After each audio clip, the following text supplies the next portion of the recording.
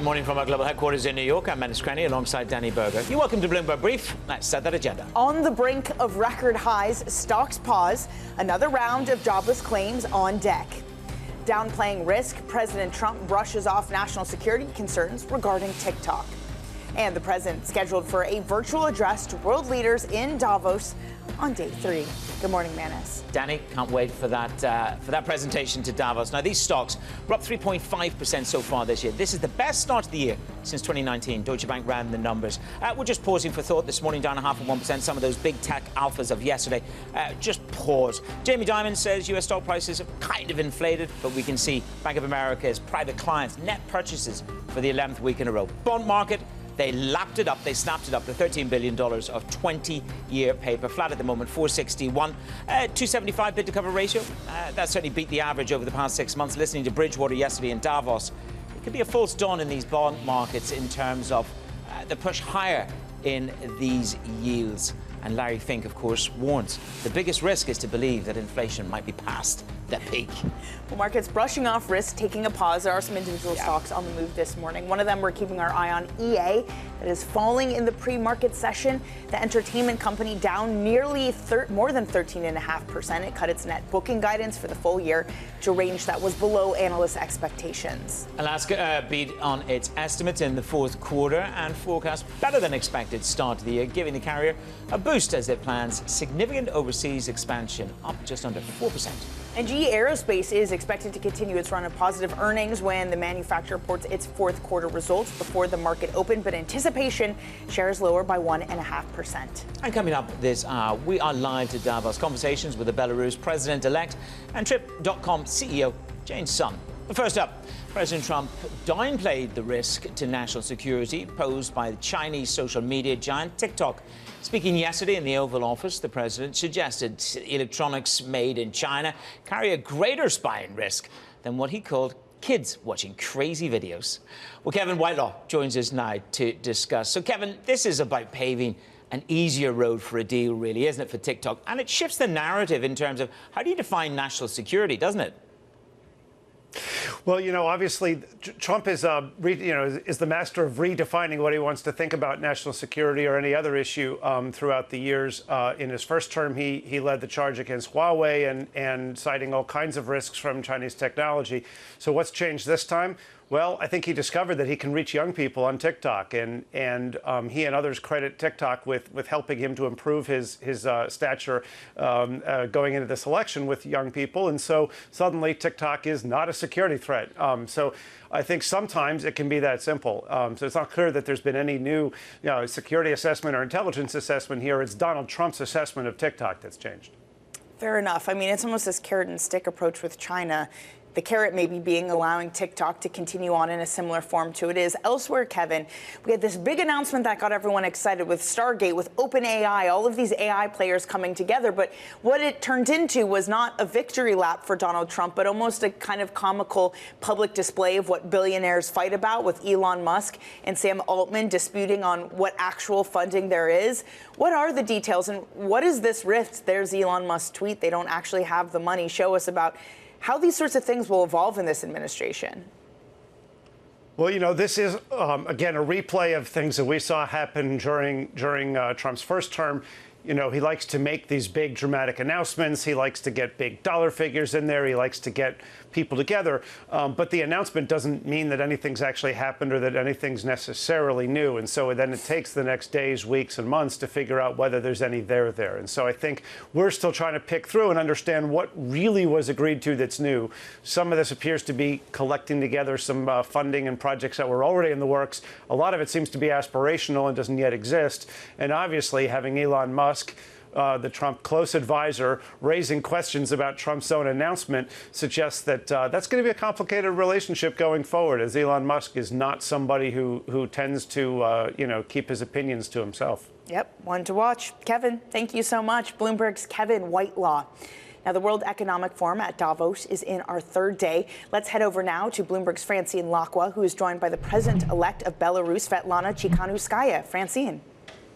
Thank you so much. I am delighted there with, of course, speaking to the leader of the opposition, Belarus. Thank you so much for joining us. Look, there's a lot going on in terms of security with also the Trump administration, but Lukashenko is holding new presidential elections on January 26th. This will most likely extend his rule for a longer time. How do you see this playing out? What you call elections in the democratic world has nothing in common with elections in Belarus, because it will be imitation, it will be farce, it will be like ritual for Lukashenko, and the only intrigue about these so-called elections is what number will be in the final ballots. It will not change anything for perception of Belarusian people of this regime illegitimate, and of course we urge our democratic allies continue the policy of non-recognition of this regime. So what do you plan to do about it? What do you mean what to do? We are going to do about this? We are not going to recognize, people in the country continue to resist undergroundly. Those who are in exile, we continue to make this regime pariah and call for political, economical, diplomatic isolation of Lukashenko's regime, but on the other hand, support and trying to strengthen the Belarusian movement, Belarusian people, our civil society, our media, our agents of democratic forces, and I'm so grateful to our allies that they continue to work with democratic forces like representing Belarusian people and not with Lukashenko's regime. I mean, there's been a lot of talk about security changing, of course, in Europe because of the second Trump administration. How do you see that changing? The USA was always a beacon of freedom and hope for nations who are fighting for democratic changes. And I want to believe that the USA as a country, they will stay principled in the support, in the perception of dictators. And of course, I feel a little bit of uncertainty, during this forum, what's going to happen then. But what's important for us, Belarusian people, is to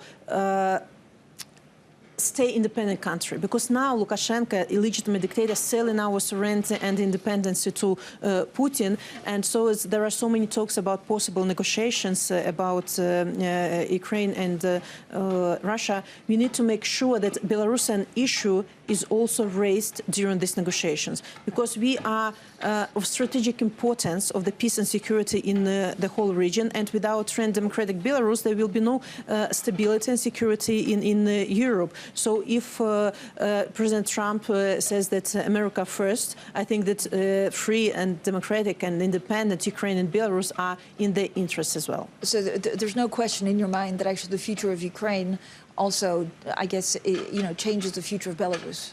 The changes in Belarus, of course, in much extent depends on the victory of Ukraine, because if from the conflict, this war will be frozen, it will be status quo for Belarus for many, many years ahead.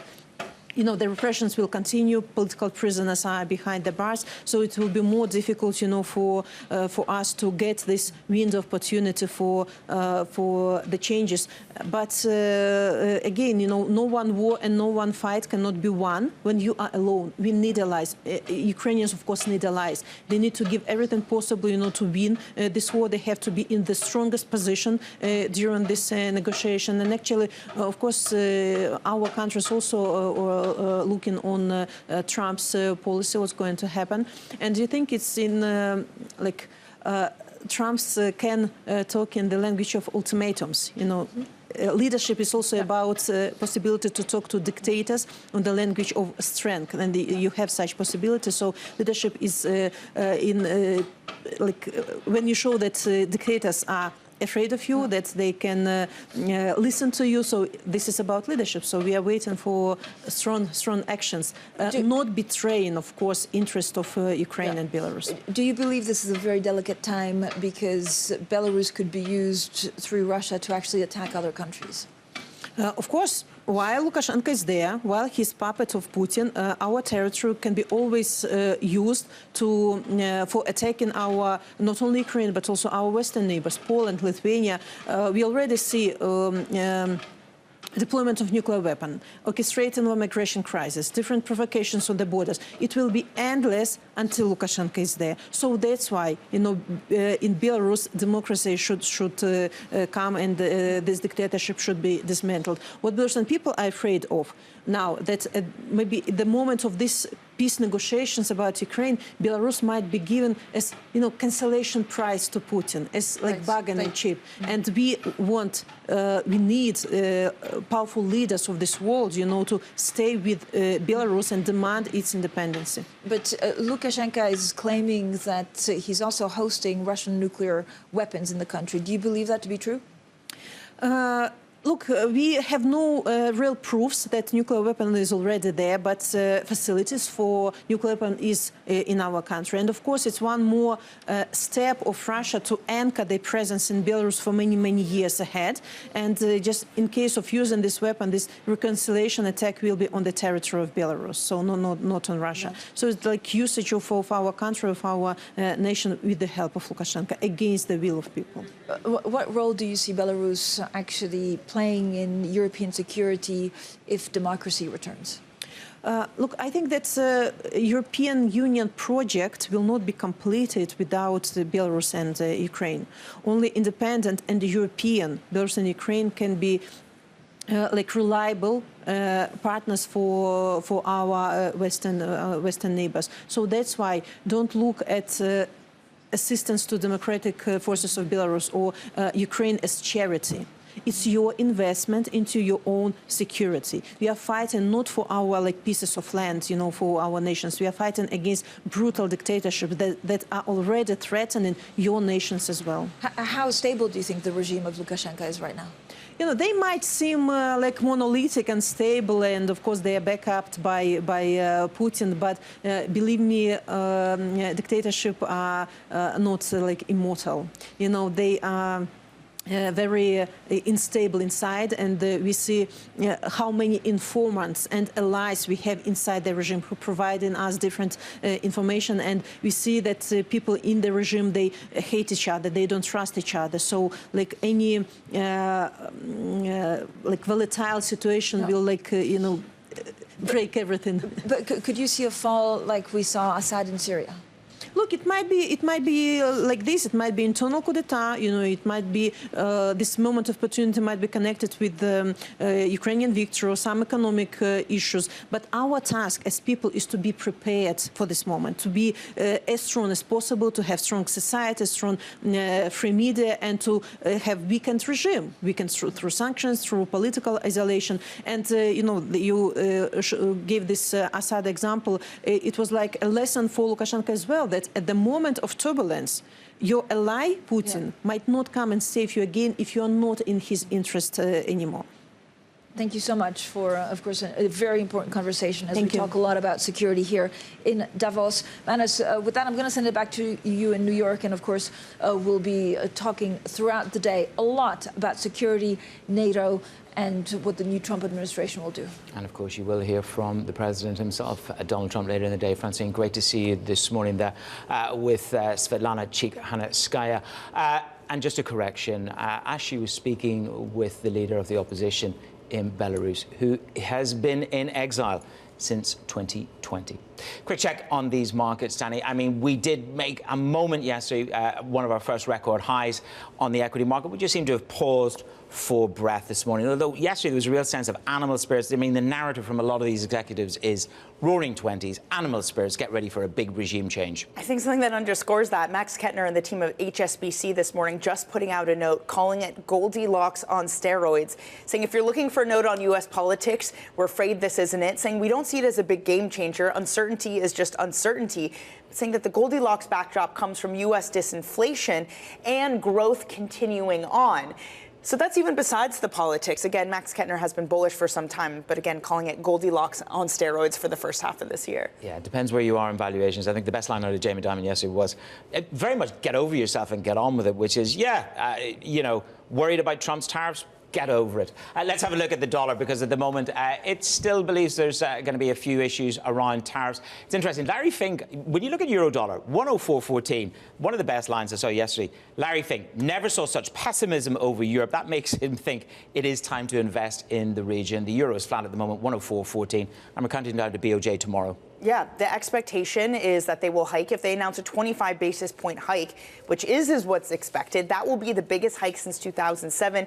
You've seen a steadily stronger yen as we build up to that. We're currently at 156. 26. But again, currency markets really calm this morning. And again, this calm belies what you would have expected in the first week of a Trump presidency. The expectation was executive order after executive order, things to shake things up. We haven't necessarily gotten that. We've gotten ideas floated, but nothing concrete. And that's allowed some markets like Europe to hit new records in their equity market, for the euro to trade at 104. Yeah, but still the voice is coming through. If you listen to the sort of the roll call of gas at Davos yesterday, Bridgewater saying that the dollar has more room to run. Your risk going into Bank of Japan tomorrow is, of course, that it is a dovish hike, and that just slows the trajectory on the yen. But we've got a few other stories trending on the Bloomberg terminal. Yeah, let's get to those. And we start in Los Angeles, where fire crews are making progress on containing the Hughes fire north of Los Angeles. They expanded to over 10,000 acres and are now 14% contained. Stronger winds are forecast and red flag warnings have been extended through Friday. Critical fire weather conditions are expected to last through today.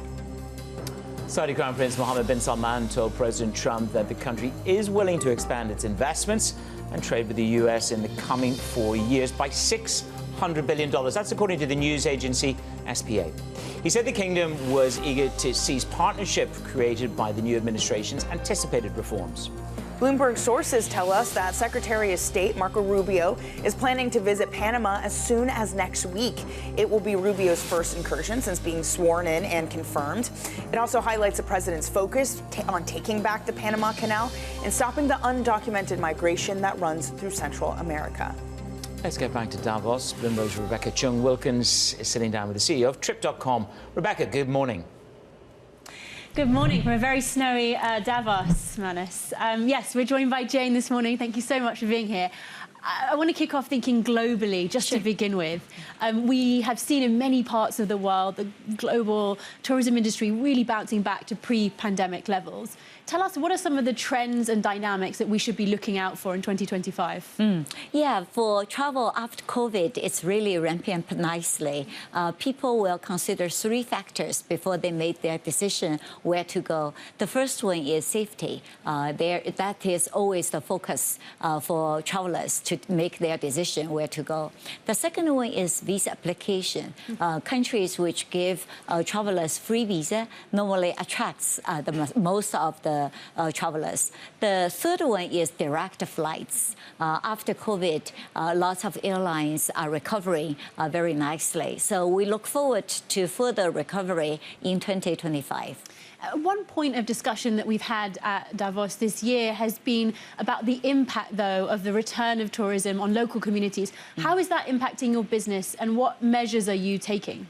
It's huge. As you know, travel contributes to 10% of the global GDP and contributes to 11% of the job opportunities around the world. So when we bring travelers from one region to the other, they will buy stuffs, they will eat, they will stay, so they bring dynamics into the local communities. It's very important for local small and medium-sized businesses. It's very important for job creation. What about some of the concerns about the more negative impacts on local communities? How does that affect how you approach?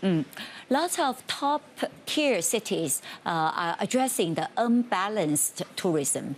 For example, during Christmas, everyone comes, so it's very crowded. During certain holidays, everyone comes. So what we can do is really compare the calendar from different communities. For example, Western holidays, Christmas is peak. Chinese holidays, Chinese New Year is peak. And Deepavali for India is a little bit in the spring. So if we do it smartly, the unbalanced tourism can be addressed. I want to think about some of that core business for you, really China, Asia dominating. I have to ask you about the Chinese traveller in 2025. Where are they going, and where have you seen the biggest shifts in their sort of dynamics and travel patterns? Yes. The travel trends, we classify them by giving them the name 3 E's. The first E is events plus travel. So young people really wants to go to Taylor Swift shows. So events-driven travel is very important to attract young audience. The second one is elderly-friendly travel. So in Asia, the retirement age can go as early as 50 to 60 years old. These people have money, very energetic, very healthy, very curious to travel around the world. So we have been advising our partners in different countries to provide elderly-friendly products. And these people can also go during the slow season to avoid the overcrowdedness in certain regions. So we're developing lots of products for that. The third one is eco-friendly. So people, no matter they're old and young, wants to have an option to select products that's more eco-friendly. For example, when they rent a car, we promote electronic vehicle. For hotels, we recommend our hotel partners to install solar panels. Those are all very important for customers to have eco-friendly products when they choose it. And when we think about that sort of Chinese outbound traveller in particular, I know November, December, we saw sort of this increase in Chinese travellers tending to go short haul to other destinations in Asia. And of course, there is still this pressure of consumption in China. You know, the consumer confidence has been sort of recovering and it's still struggling to bounce back. How is that impacting the way that Chinese travel through the end of last year and in going into this year? What are you expecting? Yeah, sure. China has 4 short holidays: spring break, May 1st, Labor Day weekend, Dragon Boat Festival, and Mid-Autumn Festival. During these 4 short holidays, normally people will combine a weekend and travel nearby quite closely within Asia. We also have 3 long holidays. The first one is Chinese New Year's holiday. The second one is national holiday in October. And the third one is summer holiday. During these 3 long holidays, people tend to go far. So they are very interested in going to Middle East, Europe, Americas, Africa, Australia, and New Zealand. And thinking about, you mentioned safety being a primary concern when travellers are thinking about where to go. We recently had this case in Thailand, quite a high-profile case of a Chinese actor who was kidnapped, linked to some of these trafficking scams in Southeast Asia. I just wonder, do you think that these anxiety about the cybersecurity, the trafficking safety risks in Southeast Asia, are you seeing that dent appetite from Chinese travellers? I think the world is very big, so people will choose the location based on how safe they are, how friendly they are. So if the government can address these issues very quickly, consumers' confidence will be rebounded. For example, many years ago, Las Vegas had a shooting, but once the government get the criminal off the street, very soon it's recovered. And tsunami in Japan had a nuclear impact. And after a couple of years, that's also winding down. So I think how fast, how effective the government is to restore these destinations become very critical. And outside of that core business for you, where are you seeing the biggest growth? And a final question, where are you going on holiday this year? Yeah, we seen that customers are very adventurous. They want to go to long-tail travel destinations. Last year, during Chinese New Year, the top 3 travel destinations are Australia, New Zealand, and South Africa. South Africa is very far away from China, yet people are very curious to go there. So I'm very interested in going to explore many countries. I think in Africa, that's always dreamland for me. You know, the Africa safari is so attractive, and also to go to the very remote island is also very good. Last year, I went to the South Pole, very far away from us. It's a lot of fun. Okay, so maybe somewhere warmer for you for the rest of this year. Sure. Thank you so much, Jane. Danny, back to you in the studio. Rebecca, thank you for that wonderful conversation. Rebecca Chung Wilkins, I think looking at that snowy backdrop, we're all dreaming of being somewhere warmer this morning. Okay, let's get you some front page news this morning. A look at what's making headlines around the world. First up, the New York Times leads with President Trump cracking down on DEI at the federal level. Workers are being told to report on colleagues that are trying to defy the orders of purging their diversity, inclusion, and equity efforts. Employees are being given 10 days to report their observations to a special email account without risking disciplinary action. All the websites also for those DEI pages are currently shut down. Well, next up, the Journal leads with reports a rare winter storm along the Gulf Coast and the southeast has left record snow, freezing temperatures. More than 8 inches of snow were reported in parts of Florida. Temperatures reaching as low as 6 degrees in Mobile, Alabama, tying a record there since 1899. If you thought you were a snowbird and flying south, think again. Some of those images, like the French Quarter in New Orleans, buried under snow, really incredible. Well, Bloomberg has this. President Trump is set to deliver a virtual address to Davos today. The anticipated speech, which I think is about 11 a.m. Eastern time, will be followed by questions from the World Economic Forum president and select chief executives. If you want to know who's on the list of who gets to ask Trump a question, it's the Blackstone CEO, Steven Schwarzman, and the Bank of America CEO, Brian Moynihan. I'm interested to know, Anna Botín, by the way, of Santander, I'm interested to know what they will say and whether it's just going to be like, we're so excited for you, Mr. President. How can we work together? What money can we put into the U.S.? How can we grow our business in the United States of America? Saudi Arabia chipping in with $600 billion. Steve, what are you going to look like with your checkbook?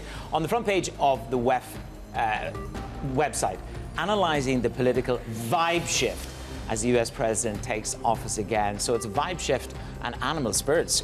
Depends who you talk to. Well, it is for the U.S., but Europe. Christine Lagarde addressing Davos yesterday, saying it wasn't pessimistic to say that Europe is facing an existential crisis, a completely different conversation there. Coming up, we're going to head back to the Swiss Alps and have a conversation with many chief executives.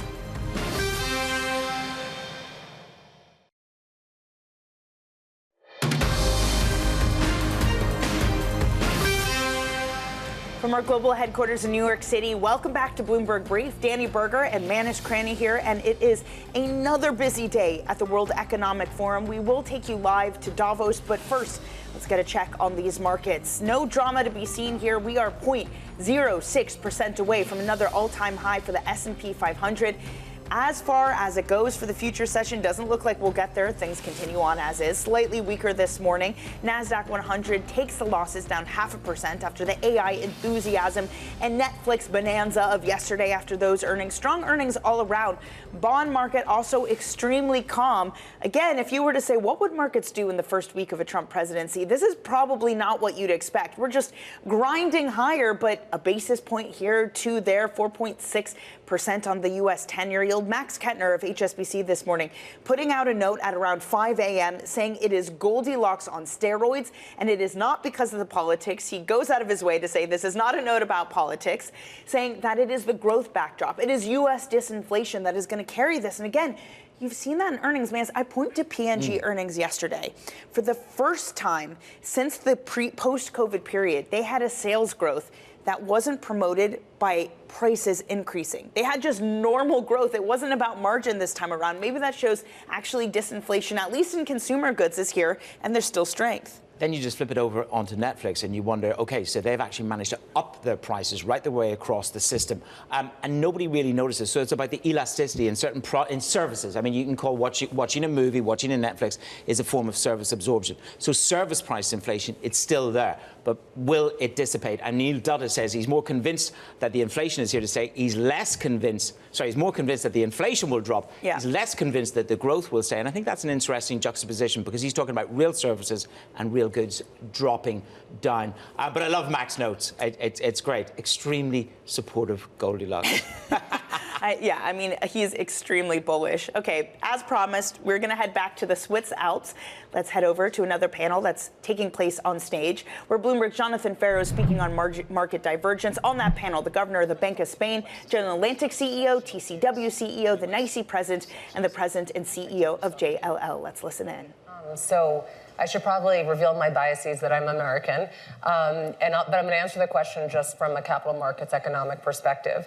And we were talking a little bit about this in the room before we came out. But America is 4% of the world's population, 20% of GDP, and Lynn's more the expert at this, but about 68% of world market capitalization.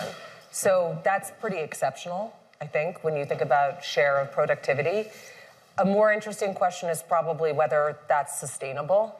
And what I'm struck by, I agree that there's a lot of optimism for the U.S. That's clearly a takeaway from this conference. And the one thing I'm just kind of concerned about is that, yes, I believe all these things. I believe that the U.S. it has been and will continue to be a better place to do business, and we can talk more about that. I believe that there will be deregulation with this administration, that there will be a restart of the M&A cycle, animal spirits will be released. That's all amazing things, and it's very likely that will happen, but the market's already priced up and to the right. And so that actually brings with it a lot of fragility and risk, and not a lot of room for error. So maybe the good news is all that great news will support us at high valuations, and just people may be aware of this, but to be specific, we have a negative equity risk premium right now in the United States. That's one of the reasons that it's 70% of world's market cap. So that's what really gives us pause, is that yes, all these things are happening, but I come from the worlds of money management. And in order for us to make money for our clients, we have to be able to translate that great news into great returns, and that's difficult to do from these valuation levels. Bill, are things getting harder or easier? I think they're going to get a lot easier, and particularly for IPOs and M&A. One of the things, I'm in the private equity business, and we invest in private markets, but we need great public markets too. And one of the most challenging things we've faced the last 3 years is really an M&A drought, and a very, maybe the most difficult IPO market we've had for the last 2 or 3 decades, I think. And I think we're going to see a rebound in both. I think, there's sort of a regulatory rollback will be good for IPOs. There's plenty of companies that want to go public. I'd like to say there's a triple win. Companies can access the public markets to raise capital. They can create opportunities for the public to invest in some of our most exciting growth stories. And we can create liquidity for the $10 trillion of private capital that are trapped in or invested in private companies. Lynn, you wanted to jump in? Completely agree with what Bill and Katie said. I thought you might. It's a great opportunity at the moment for companies to find a strategic alternative that are private. I think the M&A markets are going to heat up because of the regulatory opportunity that exists for this administration to allow the more free-flowing of strategic M&A that has been a bit pent up over the last couple of years in particular. IPOs we're incredibly optimistic about. We've already seen some IPOs. We've got a relatively large one on the road at the moment that we're excited to bring the market tomorrow. So I'm optimistic. The one area that I think all of us in the U.S. are looking at, though, is the deficit, inflation, all of the underpinning economic factors. It does feel as though President Trump is very focused, along with his cabinet, on continuing to showcase the American economy and the growth in the American economy. However, there are some things that needed to be sorted out, particularly inflation in light of proposed tariffs, considering tariffs tend to be inflationary in nature. That's an equation that will have to be worked out. The overall deficit that we run in the U.S., the debt levels that we're running at, pretty high. That's another area that needs to be looked at. However, every incoming administration has challenges to deal with, and this one feels as though they're going to take it and have the economy in front and center. This is exclusively the American perspective, so let's get the European view. That's a good idea. On things.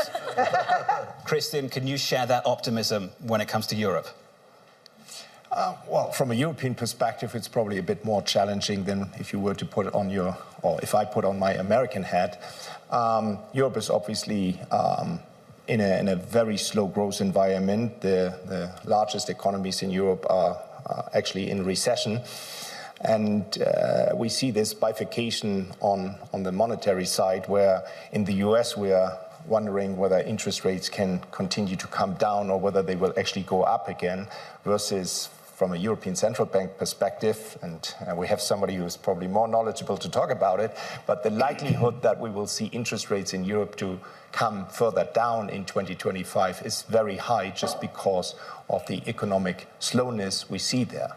But you know, going back to those stats around 4% of the population and 68% of the market cap, I mean, think about the opportunity we have if we take that US exceptionalism and use it to increase actually the wealth of the 4%, but also the wealth of the remaining 96%. Whether that wealth will spill over is quite a question. The incoming president, the new president, Donald Trump, is already threatening tariffs on Mexico and Canada of as much as 25%. I think it was 10% on China. And Governor, Europe's going to get it too, apparently. And you've got your hands on the levers of policy. Does that condition your outlook, that threat? I think that primarily because because of uncertainty. I mean, we were already with very high uncertainty. The environment was certainly characterized by that factor, and I think the new elements that come from the policies from the Trump administration increases this uncertainty in different directions. So, if any, I think central banks will have to operate in this environment, and we have already seen how the Fed have reacted. I mean, when you have this uncertainty, high uncertainty, which is undefined, blurred, it's not clear, but a negative scenario to be identified looking forward, the normal reaction is caution, gradualism, and I think this is what you should expect from central bankers. What do you think the prudent approach should be as someone who has to manage that uncertainty? Is it to carry on removing restriction? Is that the focus for you now? Well, we have still a policy in Europe which is somewhat restrictive, and we need to move gradually to a more neutral stance over the next semester or so. This is the central scenario, but at the same time, it's important to stress that we keep optionality, because this uncertainty matters. It matters, and we have to examine very carefully all the incoming information in order to confirm, if they confirm the central scenario, because at the same time there are risks in both directions. So it's two-sided, actually. Maybe just picking up on that, another way to think about or a different way to think about American exceptionalism is to think about what does it take for a place like Europe, United States to achieve leadership in the world. And I think there's going to be three dimensions that are going to define leadership going forward: technology leadership, energy leadership, and capital market leadership. And I think the U.S. finds itself in a position where, as Katie and Lynn were saying, we've got all three right now. You know, with President Trump committed to sort of reinvesting in the American energy industry, you're going to see significant growth there. Tech leadership has been, I think, pretty firmly established, and capital market leadership, as again, Lynn and Katie were talking about. And I think of Europe as they think about deregulation and stimulating their economy, they've got to think about how do you create some tech champions. How do you get energy security in Europe, you know, especially given what's happened with Ukraine? And how do you get to capital market union so there could be an alternative capital market in Europe, you know, vis-a-vis the United States? Well, let's talk about the capital markets issue, because this is a big one and has been for a long time. I think it was Jeff Bezos that said recently that the secret sauce to American success is having the best risk capital on the planet, the best capital markets anywhere in the world. And he was very specific about it. He said in America, you can have a 10% chance of succeeding, and you can raise $50 million like that. In Europe, forget it. Christian, how do we change that story for the Europeans? Well, that is not easy to change. It will certainly not be within a couple of years, because it is deeply cultural. It has also to do with the question of failing. Are you allowed to fail? In the US, failing is good as long as you tried really hard to be entrepreneurial, whereas in various European cultures, failing means that you have failed, and that is something on your face for the foreseeable future very long. And so that has to change. It also has to do that Europeans tend to focus very much on the risk before they focus on the opportunity, versus the US is focusing on the opportunity versus the risk. So we will work on it, and I'm sure that Europe and the EU will try to do their very best to accelerate it, because it's obviously right when you look at the amount of startups and innovations coming from the US is outpacing Europe massively. Lynn? It's the risk culture that we have in the US. Risk at times breeds innovation. And I can't think of a country that's been more focused on bringing innovation to market. You look at all of the great innovations that have happened over centuries. They've happened in the US because you can get that access to capital, as Bill was saying. Governor, don't you think we're skeptical of success as well? in Europe. We don't just punish failure, we punish success. That's the big issue, I think, for a lot of people. Sitting in America, and I've lived in New York for a long time. No, I think it's it's clear cut. I mean, this is a major. But does that start with you and the team? Does that start with policymakers, officials? There is a phrase, allow me to complete this, because the Chinese will replicate America's innovation and the Europeans will always regulate. How do you change that culture? Through incentives. I think that incentivizing risk-taking, I mean, if you ask me, it's primarily cultural, so it's not easy to deal with it with norms, with policy instruments, but still I think there is room here and there, if we go systematically, to see how the legal framework is defined and try to change a number of things in order to be able to reward risk-taking and create the incentives for people to take. I think that is one element in which more can be done, because in Europe there is excellent human capital, but we need to reward more those who are excellent. We have to reward talent. We have to reward more those who really innovate. And while this should be done internally in the firms, it's not yet a problem for the public sector, it's a more general problem. I think in the public sector, in a number of areas, we could really do a number of things in order to lead this cultural change. Katie? So I'm really interested in that comment around the culture and the need to embrace risk-taking. I agree with that very much. I would just also add one of the advantages that the U.S. has that's actually hard to replicate is the ecosystem between the universities, the venture funds, then these big tech companies that go public. It actually doesn't really exist anywhere else, and that's a very formidable advantage for the U.S. continuing to maintain the leading edge of technology. But actually, if I look, and I love the way that you framed that, Bill, and if you look across the primacy of technology, energy, and capital markets, I think it's also true that one of the greatest vulnerabilities for the U.S. is in the tech vertical, because, of course, we don't control access to chips, which is the foundational technology for all the things we're talking about. And even this announcement, which is exciting because we know we need the infrastructure to build AI, and we've announced $500 billion with Stargate. Yep. Sorry, these things are all happening this week, so I'm just making sure I get the right names and dollars. Yeah. All right. So and then someone tweeted that there's only $10 billion spoken for. I'm sure we'll figure it out eventually. But actually, all of that's not solving the fact that we can't manufacture at the leading edge in the U.S. And I think that's a great vulnerability for us. Well, and that's been an area of like energy protection and going back to Bill's 3 pillars. Energy security has been a big focus, and it is continuing to be a big focus of America. I agree with you that that is a potential vulnerability, but even the Inflation Reduction Act, the CHIPS Act, started down the path to try to get control of that in the U.S. There is an additional privilege that we haven't talked much about, the privilege of behaving recklessly when it comes to fiscal management in the United States. There are things that America can do that the rest of the world cannot. And as they do those things, they seem to be putting additional pressure on the Europeans specifically. I can pick out the UK and more recently France as well. Countries that are losing fiscal space. They don't have the luxury of thinking about another extension of tax cuts that could amount to $5 trillion US dollars this year.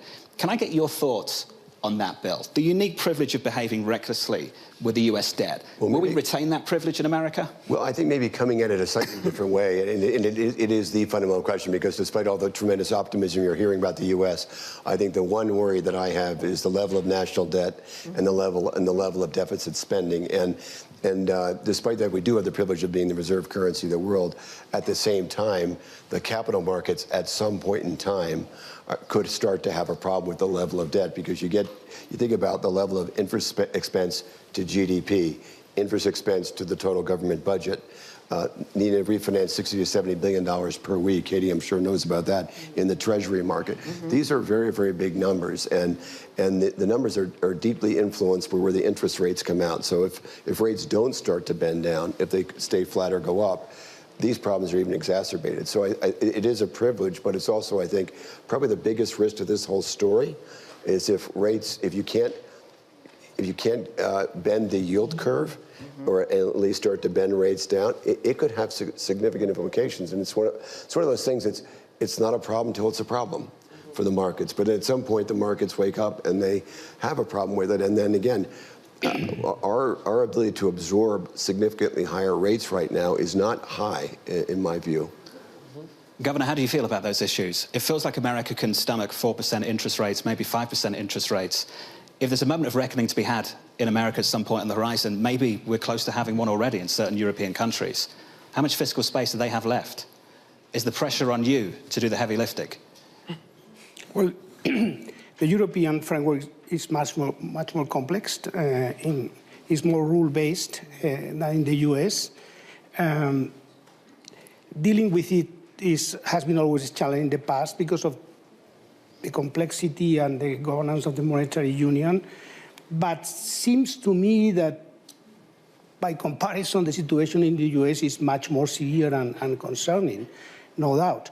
And I think that maybe the adjustment process may take longer, maybe different in Europe, but in the US, I mean, in a way or another, there will be adjustment if debt is perceived non-sustainable over the long term. And I think this is a problem now. I mean, my sense by looking at the market is there's too much complacency.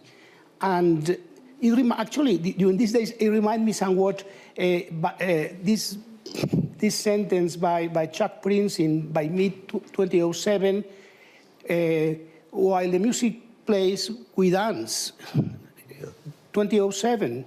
And this sentence reflects two things: short-termism and benign neglect of risk and imbalances that might be building up. And fiscal is one, but there might be others. So I think this is a good reminder that in these high valuations here and there, across a lot of asset class, so I think we need to be, as central bankers, we need to be very cautious because we have seen in the past that the combination of these elements might end up very badly. And market corrections can be very severe. Fortunately now, I think because of the previous crisis, I mean, the potential for systemic risks is far more contained, and that's good news. At the same time, losses could be substantial here and there. Katie? I think that, I agree with you, and I think there's a lot of people that are concerned about debt sustainability, so it is an exorbitant privilege to be the world's reserve currency. That is for sure true. We, at TCW, we manage $200 billion globally. It's mostly in credit markets, private and public, so we do have a lot of treasury exposure, and I'm sure people are aware, but while we've been cutting rates at the front end, right, because that's what the Fed's trying to control, the term premiums brought up the back end of the curve, and people, that's telling us something, which is that there is a constituent in the market, I think, that is concerned about sustainability. And even if you just make it a very simple, like if the U.S. was if we're looking at the U.S. as a company, here's a company that's levering itself up with an uncertain growth outlook that's alienating its buyers, right? Like that I think that's some of what you're seeing in the long end of the curve. But you also said the right thing.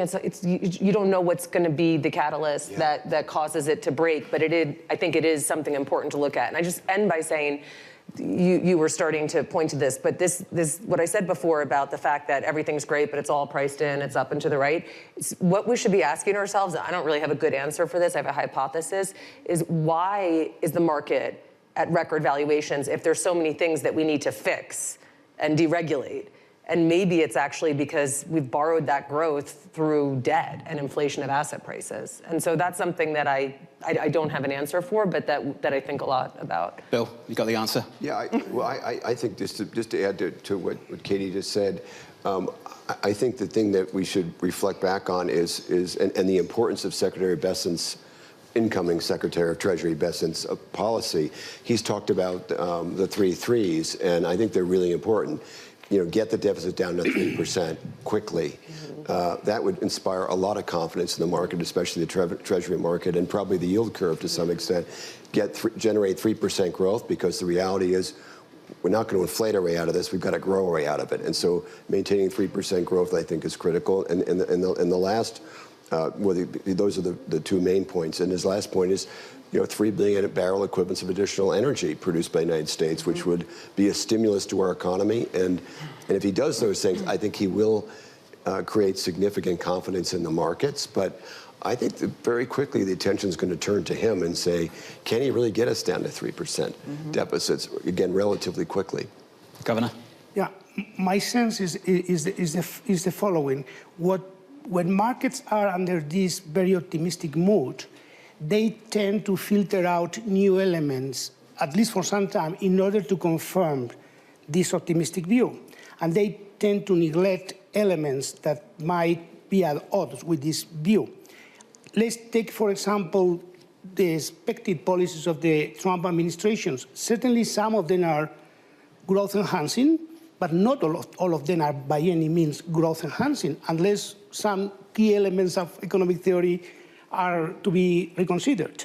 I mean, tariffs are not growth enhancing, certainly not for the global economy, not for in the long term from the US. I mean, weakening institutions, we know economic institutions, agencies, we know that the countries with higher economic institutions and institutional framework tend, over the long run, to perform better. Deregulation, broad deregulation of any kind. I mean, we have seen costs from deregulation in the past, very severe ones. So in a way or another, I think we will need to come back to all these policies to see how they are going to materialize, because there is a lot of uncertainty, and to reconsider the extent to which really are so growth enhancing as the market is counting now. Christian? I think we should also consider the foreign exchange currencies and what they do to that whole situation. I mean, one of the reasons why President Trump is considering to raise tariffs is because he feels that the trade deficit of the US is reflective of an unfair situation in the world. And with these high debt levels, which we are seeing on potentially higher debt levels, I cannot see an environment where we see a rebalancing of the dollar against the other major currencies in the world, because we will see a higher interest rate gap going forward, especially between the euro and the British pound and other currencies against the dollar. So I think this is all very much connected. We need to get the deficit under control. We need to see where the exchange rates are so that we can tackle the trade deficit, which the US still has. The title of this is Divergence. That word is in there. I want to talk about that with you. Are there limits to that divergence? We've already seen a huge run-up in the US dollar. We've seen rate differentials gap out. The governor's thinking of cutting interest rates sometime soon. Chairman Powell does not have that luxury. He may have to reconsider cutting interest rates at all, and that was a point we made earlier on this panel. Are there limits to the divergence? Are we seeing any stress in foreign exchange, any stress in fixed income? Well, that's almost a philosophical question, where there are limits to divergence. I think they are within a society, but they're also within trading partners. Great conversation there with Bloomberg's Jonathan Ferro in Davos, and you continue to follow that panel by typing LiveGo on your Bloomberg terminal. Look forward to some serious conversation there about the possibilities for 2025. Yeah, a fascinating discussion. Now let's take a look ahead at what we're expecting, get you set up for your trading day on this Thursday. We're going to get U.S. jobless claims. Those come in at 8:30 a.m. Eastern time. The Treasury will also be selling $20 billion worth of 10-year tips later today. Plus, we'll be back in Davos. President Donald Trump is set to make a virtual remark at Davos at 11 a.m. Eastern. Of course, they're virtual because he is in D.C. after the inauguration. I think it's going to be fascinating to see what questions he could ask by Schwartzman and a Botin. Is it going to be a fan base, or is there anything of any substance? But a great conversation there in Davos about why are we at record highs? Perhaps when we borrowed our way there for growth. Katie Koch, I thought that was an interesting comment from her. The TCW CEO, Katie Koch, making a really interesting point. Again, this divergence, and you feel it in the comments coming from Davos, the extreme optimism and extreme pessimism of U.S. versus Europe. And we're counting down, of course, we've got Bank of Japan tomorrow. We're going to have the ECB next week. But all eyes are going to be trained on Davos at 11 a.m. Eastern time for that conversation as Trump beams in to Davos. That's it from Danny and I. The surveillance team will take you through from Davos in just a moment. Context matters.